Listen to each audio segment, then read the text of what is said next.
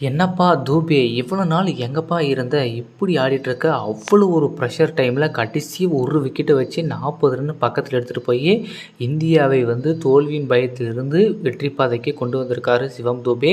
அந்த ஒரு ரன்னில் தாங்க விக்கெட் விழுந்துச்சு. பட் இருந்தாலுமே மேட்சை வந்து அவங்களுக்கு போக விடாமல் காப்பாற்றி விட்டுட்டார் தூபே. பட் இருந்தாலுமே அவர் ஆடின அந்த நாக்கு உண்மையாகவே சொல்லணுமோ அவ்வளோ ஒரு ப்ரெஷர் டைமில் வேறு லெவலில் பர்ஃபார்மன்ஸ் பண்ணாருன்னு சொல்லிட்டு தற்பொழுது அவரை எல்லாருமே தூக்கி கொண்டாடிட்டு வந்துட்டுருக்காங்க.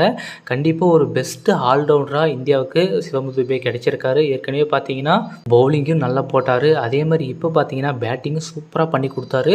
பட் இருந்தாலும் அந்த ப்ரெஷர் டைமில் இப்படி ஒரு ஹிட்டிங் பேட்ஸ்மேன் இப்படி ஒரு நிதானமான கேமை வந்து இந்தியாவை ஜெயிக்க வைக்கிற அளவுக்கு பக்கத்தில் எடுத்துகிட்டு போகிறது அவ்வளோ ஒரு ஈஸியான விஷயம் இல்லை. அந்தளவுக்கு ஒரு தரமான சம்பவத்தை இலங்கைக்கு எதிராக சிவம் தூபே பண்ணியிருக்காரு. இது ரொம்பவே பாராட்டக்கூடிய விஷயந்தான். இப்போ பார்த்தீங்கன்னா சென்னையில் அவர் வந்து ஒரு நல்ல வீரராக தக்க வைக்கிறதுக்கு சென்னை முடிவு பண்ணியிருக்காங்க. கண்டிப்பாக சென்னைக்கு ஒரு மிகப்பெரிய வீரராக அவர் வருவார். அவரை கண்டிப்பாக சென்னை விடமாட்டாங்க.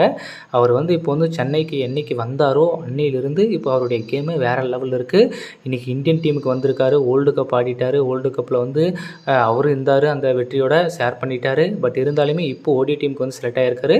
ஏன் அந்த ஓடி டீம் செலக்ட் பண்ணியிருக்காங்கன்னா ஹார்திக் பாண்டியா இல்லாத அந்த ஆல்ரவுண்டரை வந்து ஃபில் பண்ணுறதுக்காக சிவம் தூபேக்கு ஒரு வாய்ப்பு கொடுத்தாங்க. கண்டிப்பாக அந்த வாய்ப்பை வந்து சரியான முறையில் பயன்படுத்திட்டு வந்துட்டுருக்காரு.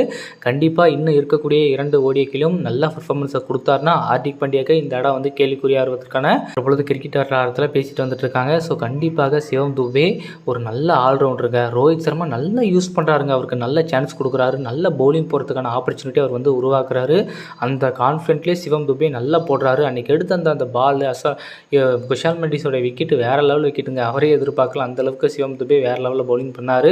ஸோ அதே பேட்டிங்கிலும் நல்ல ஒரு இம்ப்ரூவ்மெண்ட்டு நல்லா பண்ணிகிட்ருக்காரு. நல்லா விளையாடிருக்காரு.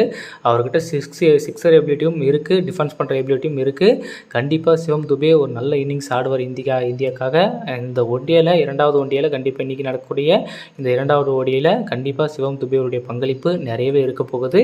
இந்தியா வந்து இந்த ஓடியவே கண்டிப்பாக வின் பண்ணணுன்னு தான் நினைப்பாங்க. அந்தளவுக்கு ஸ்ட்ராங்காக வந்திருப்பாங்க. ஏன்னா ஃபஸ்ட்டு ஓடியை வந்து ட்ரா ஆனதுனால கண்டிப்பாக இந்த ஓடி யார் ஜெயிக்கிறாங்களோ அவங்களுக்கு தான் ஒரு சீரியஸ் யாருக்கு போகிறது அப்படின்றத ஒரு டோ ஆர் டையாக இருக்கும் 3வது ஓடியே. ஸோ கண்டிப்பாக சிவம் தூபே இந்த போட்டியில் அவருடைய பங்களிப்பு 100% இருக்கும். அதே மாதிரி ரோஹித் சர்மா எந்த அளவுக்கு அவருக்கு வாய்ப்பு கொடுக்குறாரோ அந்தளவுக்கு அவருக்கு ப்ரியாரிட்டி இந்த டீமில் கிடைக்கிது. கண்டிப்பாக அவர் வந்து நல்ல ஒரு சான்ஸ் வந்து க்ரியேட் பண்ணுவார். ஸோ அதே மாதிரி இன்னொரு ஆப்பர்ச்சுனிட்டி வந்தால் அந்த ஆப்பர்ச்சுனிட்டி யூஸ் பண்ணி கண்டிப்பாக இந்தியாவுக்கு வெற்றி தெரிய கொடுத்தாருன்னா ஒரு நல்ல ஆல்ரவுண்டராக இந்தியன் டீம்லேயே நிலையாக இருக்க ஆரம்பிச்சிருவார். இப்போ கூட அப்படி தான் இருக்கார். நல்ல சான்ஸ் அவருக்கு கொடுத்துட்டு வந்துட்டு இருக்காங்க. பார்க்கலாம். தற்பொழுது 1வது ஓடியில் சிவம் தூபேவுடைய இன்னிங்ஸ் எப்படி இருந்துச்சு, அந்த டைமில் அந்த குருசியலான டைமில் அவருடைய கேம் எப்படி இருந்துச்சு, அவருடைய யூகம் எந்த மாதிரியான மைண்டுக்கு வந்து கொண்டு போச்சு, அந்த கடைசி அடித்த அந்த 40 ரன் எப்படி இருந்துச்சு, அவருடைய கருத்துக்கள் என்ன, சிவம் தூபே வந்து இந்திய அணியில் நீடிப்பாரா மாட்டாரா என்பதை பற்றி உங்களுடைய கருத்துக்களை வந்து கமெண்ட்டில் சொல்லுங்கள்.